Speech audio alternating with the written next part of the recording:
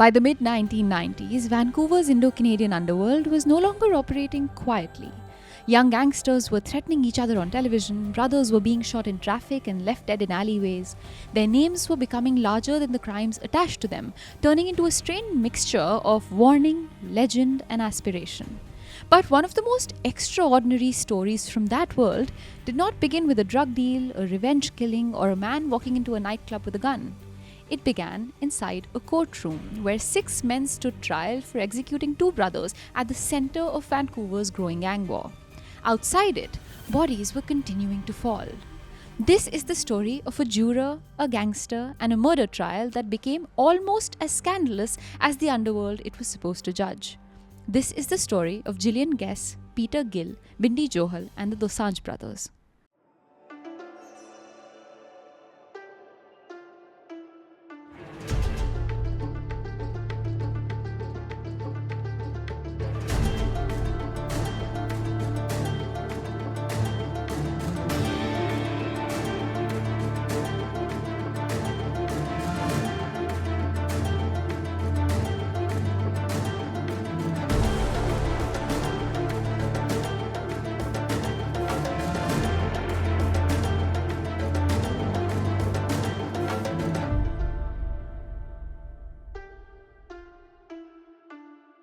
Hi everyone, welcome to the Desi Crime Podcast, a show where we dive deep into some of the craziest cases from around South Asia. I'm your host Aishwarya.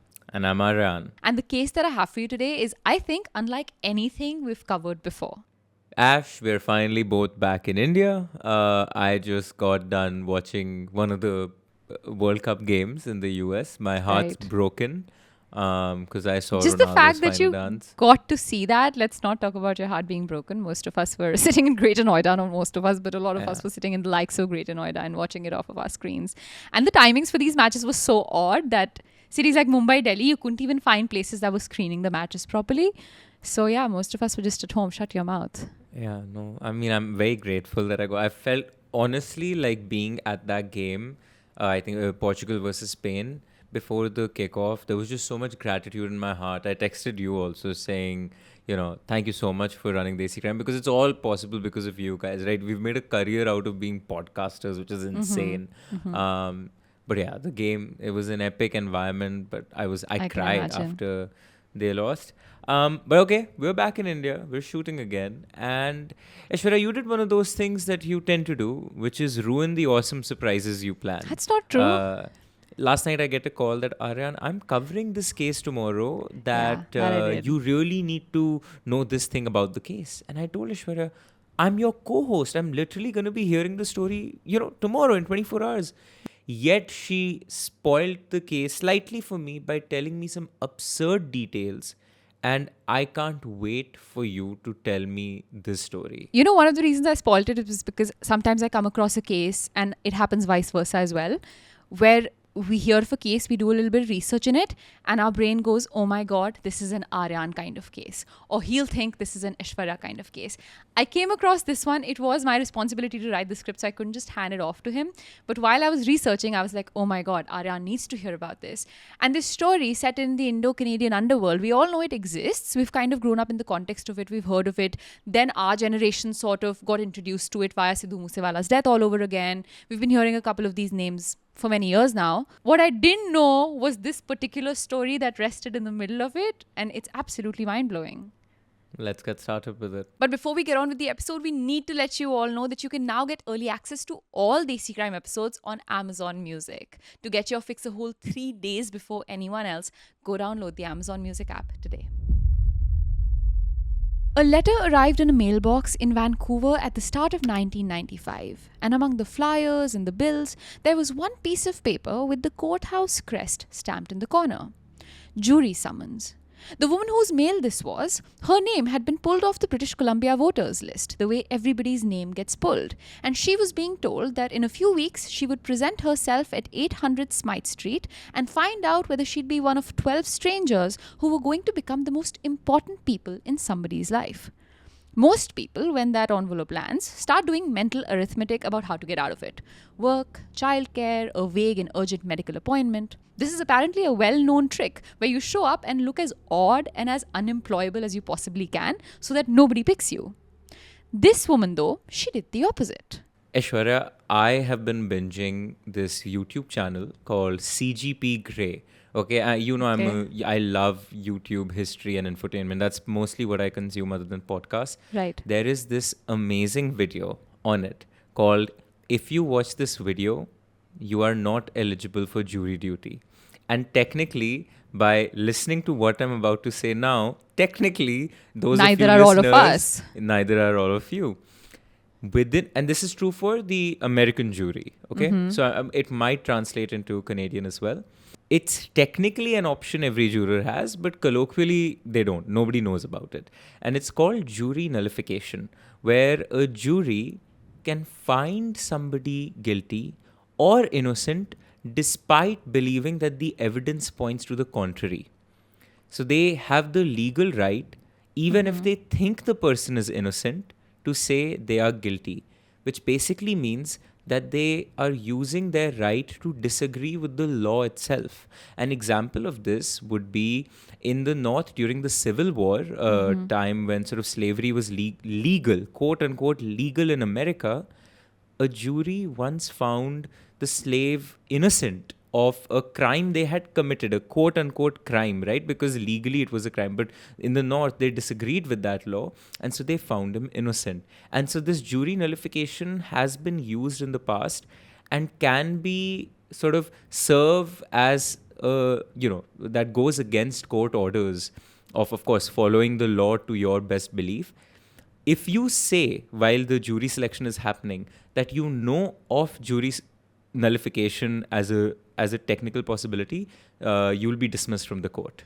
How interesting. I wonder why that provision still exists if it is considered so arbitrary, perhaps, that you're dismissed as a jury member if you know of it. I wonder what's the logic of still having it Because exist. I guess, in the past, it has been used in a morally right way, right? Sure.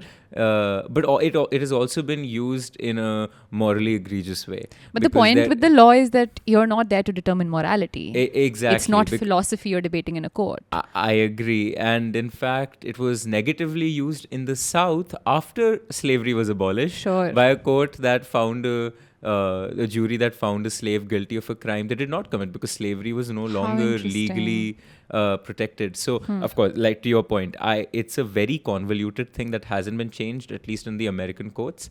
But yeah, shout out to CGP Grey. It's a huge channel. I absolutely love what they make. That's crazy. So now, while all other jurors try to get out of this responsibility, this woman opening her mail did the opposite. She filled the form in immediately and signed the line confirming that nothing disqualified her, and she posted it back the next day. And then she waited and hoped. This woman was Gillian Guess. She was 40 years old, 2 marriages behind her, 2 children at home, a small place in North Vancouver. She had 2 bachelor's degrees, she had done postgraduate work in law and psychology, and she was back at Simon Fraser University as a master's student studying criminology. Not just that though, she was also working as a counsellor for the RCMP at the North Vancouver detachment. So she worked for the police. She studied the justice system for a living and for a degree. But she had never once been inside a criminal trial herself. On the morning of the 27th of February 1995, dressed prim and proper in a grey suit, she became one of roughly 500 people sitting in a courtroom in downtown Vancouver, waiting to find out whether they were about to lose the next several months of their lives to a case. Somewhere in that room of 500, though, she noticed a man. We have this from her directly, under oath, years later, which is about as good as it gets for something that happened inside somebody's head. She noticed this man. He was young and he was well dressed, and she assumed he was one of the lawyers. She was wrong though, and she found out she was wrong when the proceedings began that day. And this man stood up and went and sat down in a completely different part of that courtroom, the part meant for the accused. Turns out there were 6 men on trial. Each of them was charged with 2 counts of first-degree murder for the crime of shooting dead 2 brothers the previous year in broad daylight in a Canadian city in front of multiple witnesses. And because this was a joint trial with 6 accused, all 6 of those men had a say in who ended up on that jury. Which means that the man that she had been looking at, kind of in some sense, looked back at her. She was selected. one of 12 jurors sitting in a courtroom box for the next 8 months. And over those next 8 months, this trial would become one of the longest and most expensive in the history of British Columbia. It would end in a verdict that stunned the province. And within 3 years, the name Gillian Guess, that one juror in that box, would be on the front page of every newspaper in Canada. Not as a juror, but as an accused. But that is not where this story starts. To understand what Gillian Guess had actually walked into that morning, you have to leave that courtroom completely and go back 4 years to a cocaine business running out of East Vancouver and to two brothers who made one catastrophically bad hire. Vancouver in the late 80s and early 90s had one of the biggest Punjabi communities anywhere outside of India. Families who had come over in the 60s and 70s, mostly Sikh, mostly working, lumber mills, farms, factories, night shifts, and then a second generation growing up in East Vancouver and Richmond and Surrey, kids raised in one language at home and another one everywhere else, in a city that was not always kind to them. Every single person who has spoken publicly about this period, including police officers, mentioned racism. Slurs, fights, the constant low-level message that you were a guest here and could stop being one at any time. Out of that environment came a group. It had started as a gang called Los Diablos, and as its membership shifted and became more and more Indo-Canadian, the newspapers and the police started calling it something else, the Punjabi Mafia, which was never really one organization so much as a loose, shifting, extremely violent set of smaller groups who moved cocaine and collected debts and occasionally killed each other. Two of the men near the top of it were brothers, Ranjit Dosanjh, who everyone called Ron, and Jimsher Dosanjh, who everyone called Jimmy. They are generally described as among the first organized Indo-Canadian crews in Vancouver, and by the early 90s, they had money, they had product, and they had people working under them. One of the people working under them was a young man named Bhupinder Singh Johal, Bindy. Bindy was born in Punjab in January 1971. His family brought him to Vancouver when he was just 4. His parents separated, his mother raised him and worked to keep the household going. And by every account, he was an extremely bright kid. He was on the honor roll. Teachers noticed him. One of his teachers said years later that in grade 8, he had not seemed like a boy with any problems at all. There is one detail from his childhood, though, that stayed with me. After Indira Gandhi was assassinated in Delhi in 1984 and the violence that followed, Sikh families thousands of miles away in Canada were frightened. Bindy was assaulted and his parents reportedly responded by cutting his hair. His mother said afterwards that the depression he fell into then was the only time she ever saw an expression on her son's face that was not anger or silence. It was sadness. But by the time 1989 came and Bindy grew older, the anger within him won. He beat his vice principal so badly, the man ended up in an emergency room. He was expelled and sentenced for 60 days. And at that hearing, at 18 years old, Bindy Johal offered a defense. That he was an Indo-Canadian boy in a racist society and that what he had done was him lashing out at that society. The judge threw that explanation out, pointing out that there was no evidence whatsoever that the vice principal was a racist, and that whatever Bindy had suffered from other people did not license nearly killing this one. Hold on to that argument though, it comes back later, in a different courtroom, in a much stronger form. Eventually though, Bindy moved schools, got a weapons conviction for taking a baseball bat to someone's car window, started college and dropped out in his first semester. And then he went to work for the Dosanjh Brothers. Enforcement, debt collection, drugs, whatever the job was. But then in 1991 came a shift for the gang. A Colombian trafficker named Teodoro Salcedo was murdered in Vancouver, and Jimmy Dosanjh was arrested and charged with it. He was eventually acquitted, but he sat in custody waiting for that trial. And while he sat there, his young enforcer, Bindy Johal, did not sit still. Bindy Johal took over the crew. He started hijacking trucks coming off the port of Vancouver, holding electronics and cars and moving them on. He started moving his own cocaine. And by the time Jimmy Dosanjh walked out a free man, the business he had left behind belonged to somebody else. How much money Bindy was making is one of those numbers I genuinely cannot pin down for you. And I'm going to be honest about that rather than pick the most dramatic one. A television documentary at the time estimated $4 million a year. A criminologist, Stephen Schneider, has put it upwards of $800,000 a week. Other sources go as high as $900,000 a week. Those figures are not in the same universe as each other.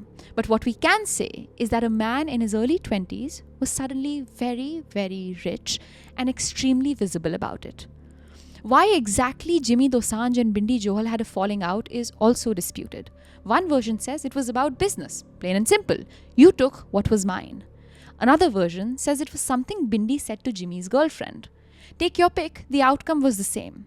At some point after being released from prison, Jimmy Dosanjh decided that Bindy Johal had to die, and he put a contract worth more than 230,000 Canadian dollars to make it happen. But then, the man he hired to do it went to Bindy Johal instead and asked what Bindy would pay. On the 25th of February 1994, Jimmy Dosanjh was told there was some stolen electronics to look at, and he went into a back alley of Fraser Street to look at them. The men who were there waiting for him were his own. That is the part that makes this story what it is. They were on his payroll, and they had already changed sides. Jimmy Dosanjh walked into that alley believing he was among his own people, but he was shot dead in front of his own truck. He was just 26 years old. Shortly after this, something happened that all of us sitting in 2026 would find almost unfathomable. Both sides of this war went on the evening news. Vancouver Television did a special on the gang war in East Vancouver, and they invited the surviving Dosanjh brother, Ron Dosanjh, onto it. Separately, they took a camera to Bindy Johal, and the two of them proceeded to threaten each other on air on national television in a Canadian city. Ron Dosanjh said that if Bindy Johal ever showed up at his house, he would shoot him between the eyes, and delivered the line that has followed this case ever since. Bindy, I'm here and I'm bad-mouthing you, buddy. Okay? And Bindy, given a chance to respond, snapped back that these guys had another thing coming and that he was still around. Asked about the dead man, about Jimmy, whom the press had described as a hitman, Bindy said that personally, from what he had seen on the street, he didn't think Jimmy could hit his way out of a paper bag. I guess he was a very serious person. From what I've seen of him on the street, I personally think he couldn't have hit his way out of a paper bag. The man was on television, mocking a man he was suspected of having killed, and daring the dead man's brother to come at him. This is a huge part of why Bindy Johal became what he became. He was not a shadow. He was a personality. And I want you to think about what that broadcast did to everyone who was not in a gang. Because sitting at home, watching two young Punjabi men threaten to kill each other on the 6 o'clock news were tens of thousands of Punjabi families who had come to Canada to work and whose kids went to those same schools and who now got to watch their entire community be introduced to the rest of Vancouver through those two faces.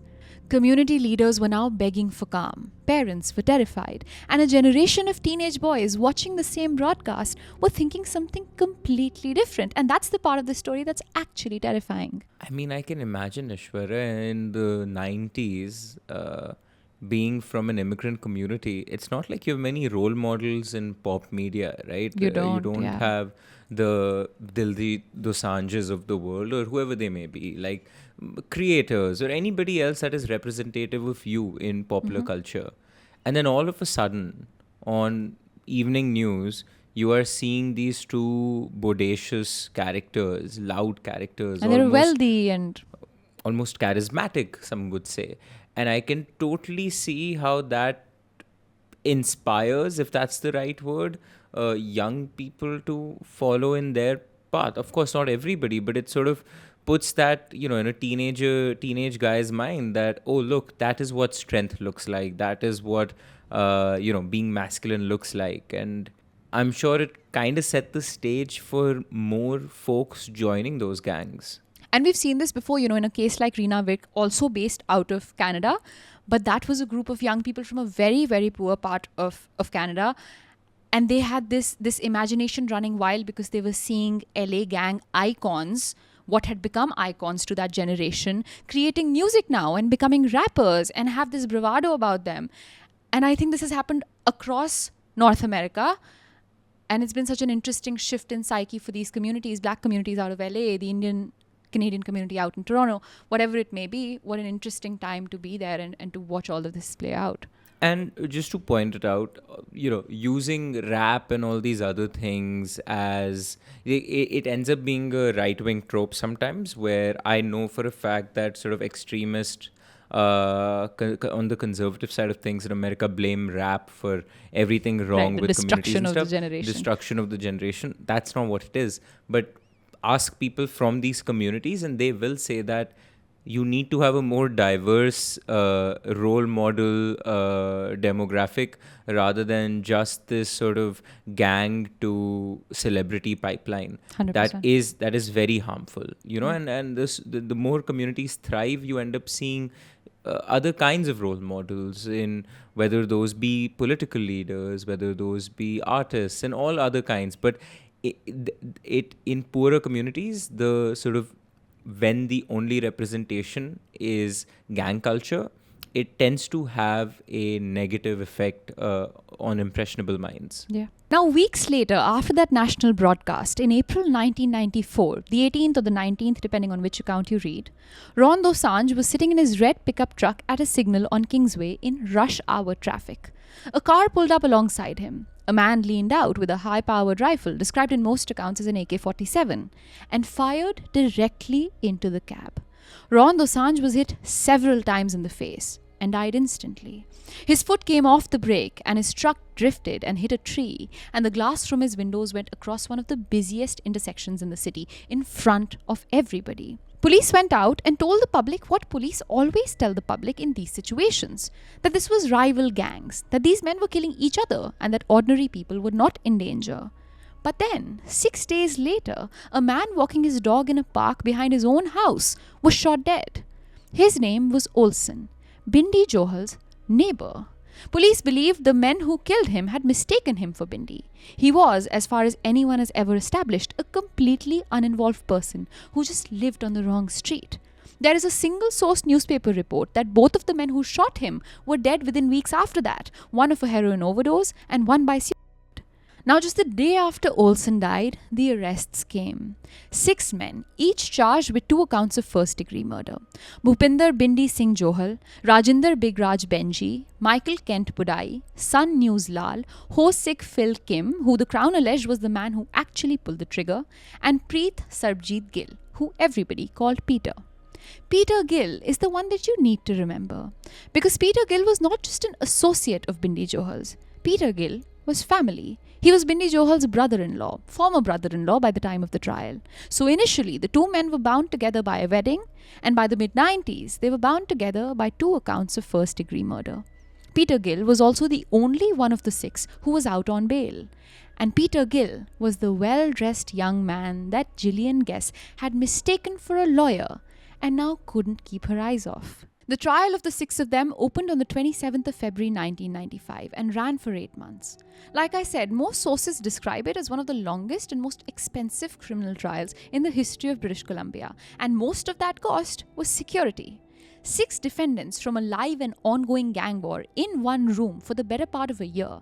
The Crown's case leaned heavily on a witness named Kosto Barjak Tarovic, a car thief who had basically become an informant. He admitted that he had stolen the black Mustang used in Jimmy Dosanjh's killing, and because of that, police had leverage on him. They could prove he had stolen the car, which made him an accessory, and so they used it and made him change sides. Kosto also admitted he had stolen a second vehicle that was used to follow Ron Dosanjh before he was shot. He admitted that in between the 2 murders, he had passed along a rifle and cash. And he admitted that he was the one who had told Bindy Johal about the contract on his life in the first place. Now, while the prosecution was putting all of this information out to the court, everyone watching was only actually looking at Bindy. He was 24. He was a loud personality. He was in a tracksuit inside the courthouse. He had already gone on television and taunted a man who then got shot in the face. If you were a reporter assigned to that courtroom, you were there for him. Which also means nobody was actually watching the jury box. For a moment, I think it's worth saying out loud what 8 months of jury duty actually is, because most of us have never done a day of it. You go to the same courtroom every morning for the better part of a year. You listen to forensics and phone records and a car thief explaining what he stole. You're not allowed to discuss any of it, not with your husband, not with your friends, not with your children, not with anybody. The single biggest thing happening in your life is a thing you are legally forbidden from talking about. Your job is on hold, your degree is on hold. You sit there day after day after day, 20 feet away from 6 men whose faces you now know better than your neighbors, and you're told to feel nothing about any of them. Considering all of this, what was happening on that jury dock also became a piece of the puzzle in this case. And what was happening on that jury dock was noticed by a court staff first. A court clerk named Emma Hyde would later describe the way Gillian Guess looked at Peter Gill from the box. The staring, the way she said Guess would flip her hair and look seductive. A 2024 book about the case, self-published by an author named Brian O'Neill, describes her behavior escalating to the point of putting her legs up on the courtroom rail to catch his eye. And on the other side of the room, Peter Gill was keeping a diary. The entries are short, and they are strange, and they read less like a man falling in love than a man tracking an asset. He notes the juror. He notes that she's still making eye contact. He notes on one day that she's not making eye contact and adds the reason. She has seen him with his wife and son. Because Peter Gill was married. Court officers did what court officers are supposed to do. They went to the judge and told him something was going on between a juror and an accused. The judge, Justice Braidwood, called in Peter Gill and warned him about his behavior, but never spoke to Gillian Guess at all. She was not questioned, she was not cautioned, she was not removed. Nobody sat that woman down and told her in words that what she was doing was a crime, or asked her whether it had gone further than eye contact. Later, the court would find out that it had gone further. Aishwarya, this sounds like a Netflix show. This sounds like You or something like that, where there's this weird stalker and lover in the weirdest setting imaginable, which is jury duty. Tell me about it.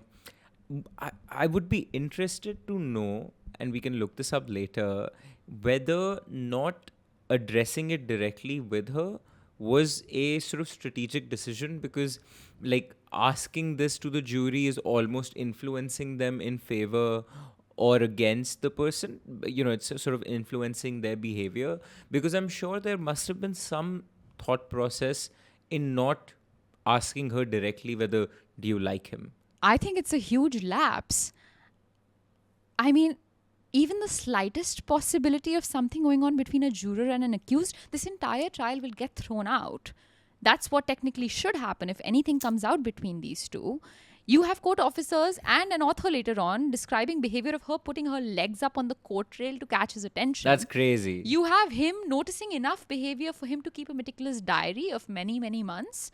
So clearly something is happening. I think it's a huge lapse on part of the judge to not at all discuss this with her. That's absurd. So turns out that it had gone further than eye contact. The court just didn't know it yet. Turns out Gill approached her once at a McDonald's and told her that he was innocent. And then he told her something cleverer than that he was being racially profiled, that he was a brown man in Vancouver in the middle of a moral panic about Indo-Canadian gangs, and that this was what was really happening to him. Then, in July of 1995, 3 months into the trial, on a rare daytime break, the two of them went to Stanley Park together. He kissed her under an oak tree. She testified years later that she had been shaking that day, distraught about something that had happened to clients at her work, and that he was the only person in the world she felt she could talk to. In fact, she said something about him that I've not been able to forget. I think he liked the fact that I shook in his presence. Within hours of that kiss, it was a sexual relationship. It carried on in her townhouse in North Vancouver, while she sat in the jury box every day and listened to the Crown try to prove that this man had helped murder 2 brothers. Her best friend knew, her sister knew. She told them both during the trial, and both of them told her the same thing. Get off that jury or stop seeing him. Pick one. She did neither. She said that she asked Gill directly whether she should find a way to get herself removed from the jury, and that he told her to stay. And according to the findings the court would later make, he told her something else too. Which of his co-defendants to convict, and which one not to. The one not to being only him. So was this love taking form in the middle of a trial, or was this manipulation? There are 3 possible answers. Her answer, given loudly and repeatedly for years, was love. The Crown's answer is that a professional criminal on trial for his life spotted a lonely woman in the jury box and worked her. And then there is her own testimony, which complicates both, because she also said on record that Peter Gill once followed her home and choked her, that she stayed close to him partly because she would rather be his friend than his enemy. And in the same breath, she described researching at length exactly what the law said about contact between a juror and an accused. has to be a combination of all of these. Yeah, I right? think it's a Like, combination. yeah. 100. Usually Yeah. situations are complicated like that. I think it started off as her infatuation and roped him in because he wanted to work her, and then he was also a threatening man. Like, it's just I mean, complex. poor lady. When the judge goes, this conniving Machiavellian fellow But you got to targeted be this really lonely stupid. lady. I don't want to keep describing her, and we'll come to this later about how the media portrayed her as this like dumb blonde. But this is a fully grown adult woman with 2 children who's walked into a courtroom as a juror and fallen for the convict. Like, are you not realizing? It's I don't like it's- calling her a poor woman. I think this is like just blatantly stupid. Yeah, I mean, it's funny. I would say it's hilarious Yeah. to a certain degree, but I can only imagine once this came out, like she became public yeah. enemy number one Oh, yeah. of sorts, right? Like poor woman in that sense, Correct. where what a whirlwind of agony she is going to be creating for herself. Absolutely. Now, in October 1995, the evidence closed and 12 people went into a room to decide whether 6 men were murderers. They were in there for 7 days, and because of what happened afterwards, we know more about what went on inside that room than we know about almost any jury deliberation in Canadian history. Other jurors described one of their own behaving in a way none of them could make sense of. Emotional outbursts, disappearances from the discussion, a confrontational manner that isolated her from the rest of the group, and a flat refusal to entertain anyone who thought those men had done it. She pushed for acquittal, hard. And believe it or not, after those 7 days of deliberation, on all counts, for all 6 defendants, the verdict came back not guilty. Peter Gill walked out. Bindy Johal walked out. All of them walked out. Now, I want to be careful here because the tempting version of the story is that one woman in a jury box let 6 killers go. And I think the honest version is a little bit more uncomfortable than that. Reporting from the time indicates that the Crown's case had been weakening on its own well before deliberations began. Witnesses had been damaged and cracks had opened up. There were 11 other people in that room, and none of them had slept with anybody. It is entirely possible that a jury with 12 unimpeachable members would have acquitted anyway. It is also possible it would not have. I guess we'll never know. But what is certain is that this verdict was contaminated, and within days it started to show. Why? Because these 2 people in a whirlwind romance did not stop. O'Neill's book says it was actually an anonymous tip that started it. Either way, somebody in the Vancouver Police Department realized what they were looking at, and shortly afterwards, officers watched Peter Gill spend the night at her townhouse. A week after the acquittal, police saw Gillian Guess and Peter Gill dancing together at a nightclub. With all this information in tow, the police department went to a judge and got authorization, and then they put listening devices in Gillian Guess's bedroom and a tap on her phone. They recorded hundreds of hours, and somewhere in all of it, they got her telling other people, including her own daughter, that the relationship had not started after the trial at all. It had started during it.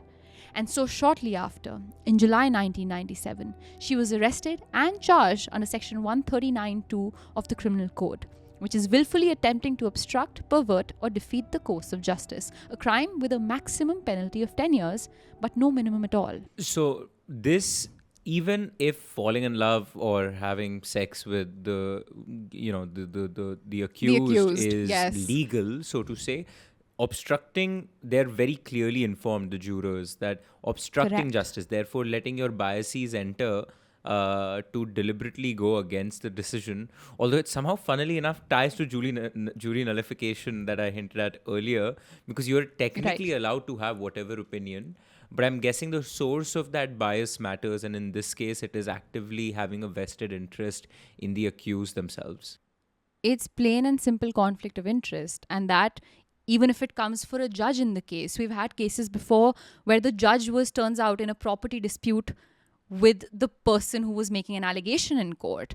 So these are all plain and simple conflicts of interest. There are so many cases we've seen where the entire jurisdiction where the case is being held is moved because you think you'll end up with a biased jury that's seen too much of media coverage. Any form of bias in this case inside a courtroom, they try to negate for it, right? By having the right gender composition, by having the right racial composition.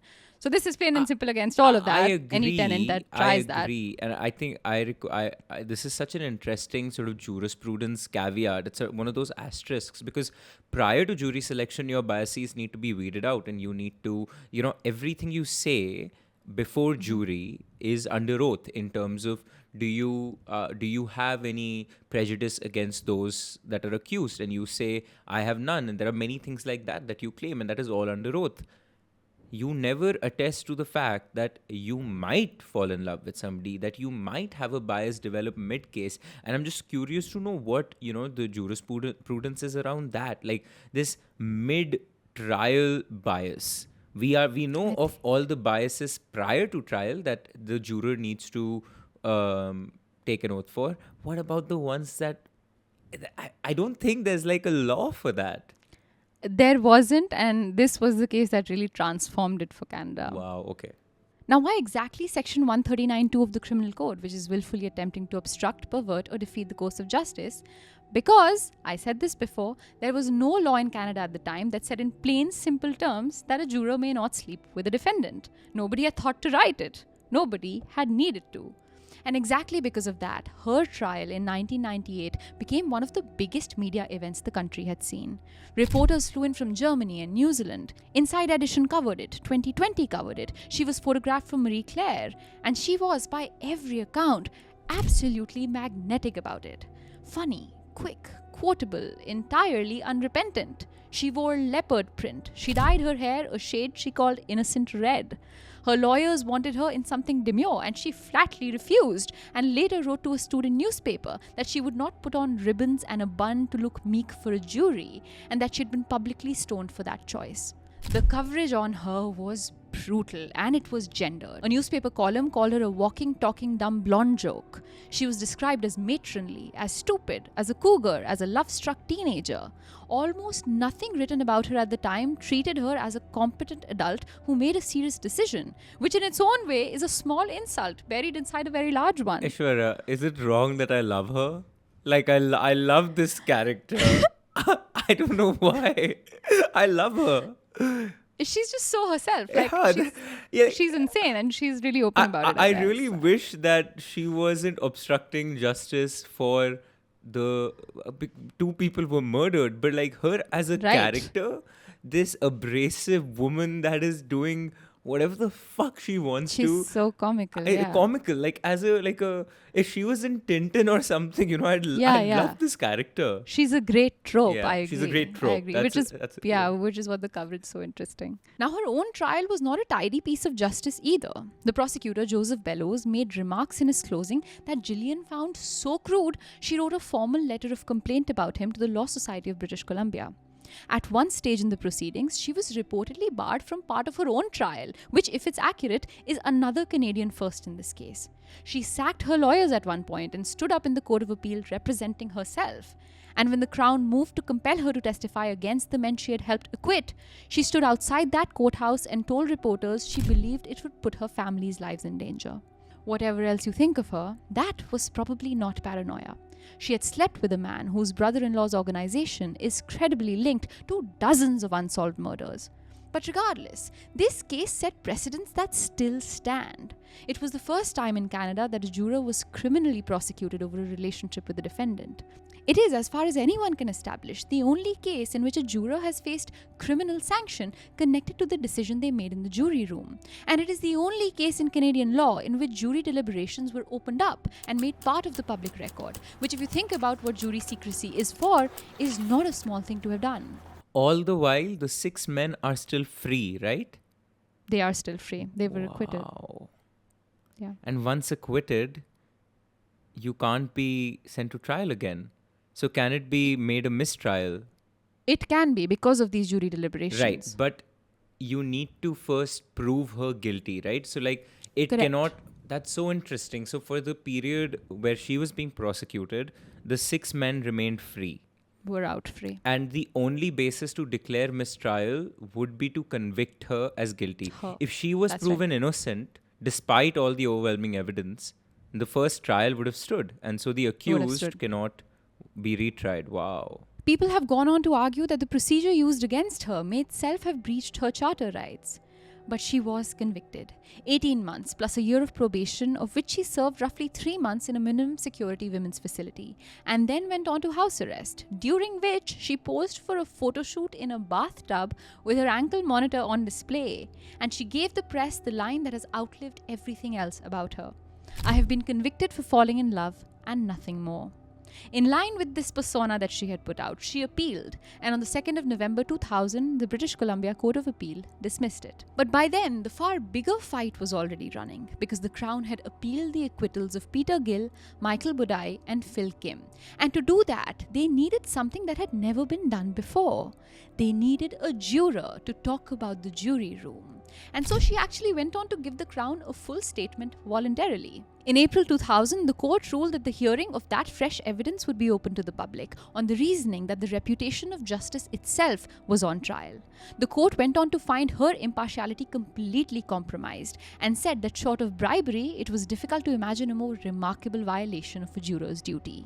And then, Peter Gill was tried for obstruction of justice himself, and convicted. In July 2002, he was sentenced to 6 years behind bars, with the judge calling what he had done a concentrated attack on a fundamental tenet of the justice system. It also came out that this was not his first obstruction. There had been another matter in Alberta when he had threatened a witness, and during final arguments, the Crown played the court a recording of Gill confronting a man who was about to testify against him. The verdicts on this charge were out. 6 years for him, 3 months for her. Because of exactly this conviction, just a year later, on the 17th of May 2001, a 5-judge panel ordered a new trial for Gill, Budai, and Kim. Their central trial was the thing I flagged earlier, that once the trial judge was told a juror was flirting with an accused, he should have inquired further, but he did not. Peter Gill turned himself into Vancouver police days later. But this new trial that the Court of Appeal ordered in 2001 never happened. The Crown did not retry them. 7 years on, with witnesses scattered and memories gone, and a case that had already collapsed once, they just let it go. Nobody has ever been convicted of murdering Ron and Jimmy Dosanjh.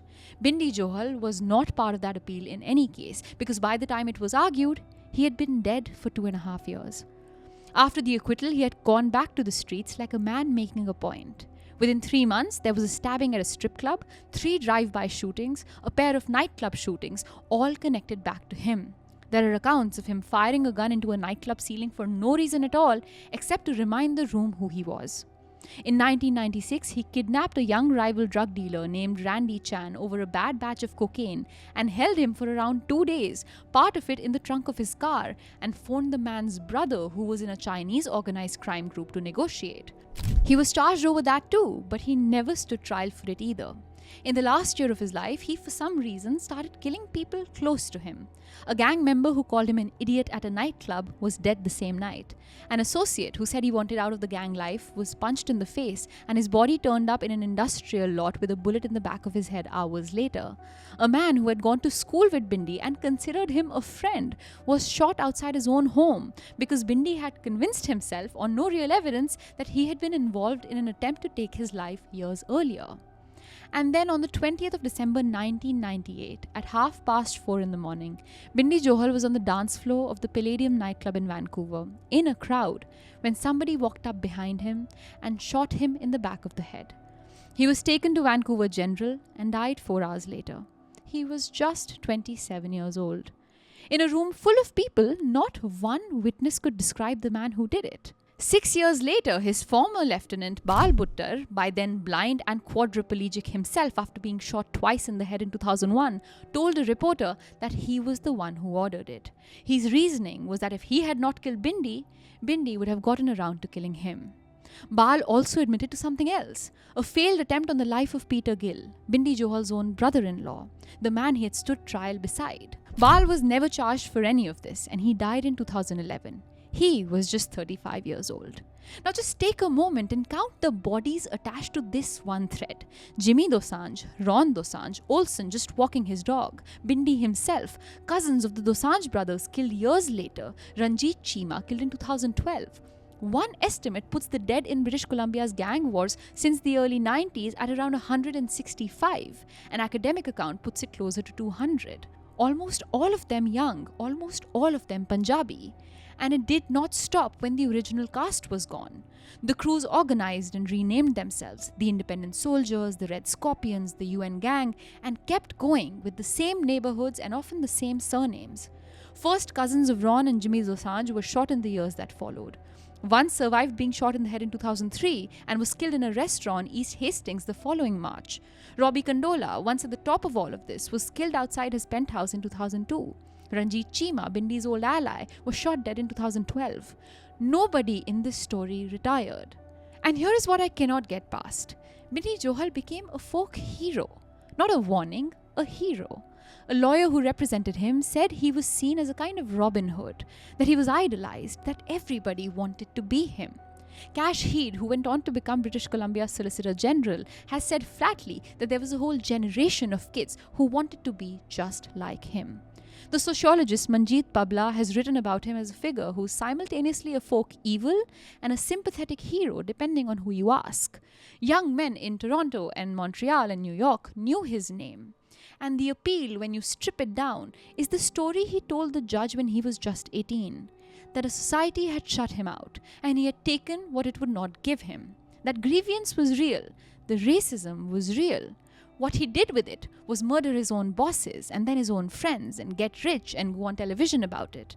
And then Peter Gill picked up the same grievance in a courtroom in 1995 and used it as a pickup line on a juror who worked for the police. A genuine injury, handed around as a tool between people who didn't personally really care about it, while the actual cost of it was paid by young brown men on the ground. As for Gillian Guess, she spent decades insisting she was convicted for just falling in love. Maybe she believed it. What I keep coming back to is the beginning. A 40-year-old woman walking into a courtroom in a grey power suit, choosing an outfit to make sure she was picked for jury duty, pushing to the front row so she would be seen. She wanted very badly to matter to something serious. And she got her wish. She is in the law reports and the textbooks. Her case changed how Canadian courts handle juries. And of course there was a film. But two brothers were shot dead, one in an alley and one at a red light, and they've now been dead for over 30 years without a single person ever being held responsible for it. That was and still is the nature of their trade. That is the whole story and its moral lesson. If you like what we do here at Desi Studios and absolutely love what we're wearing today, this is merch you can go buy all for yourself. You can buy this Desi Crime merch in our YouTube store on the link down below at Kadak Merch. Keep the engines at Desi Studios rolling so we can pay our videographer right behind the camera to make these amazing episodes just for you.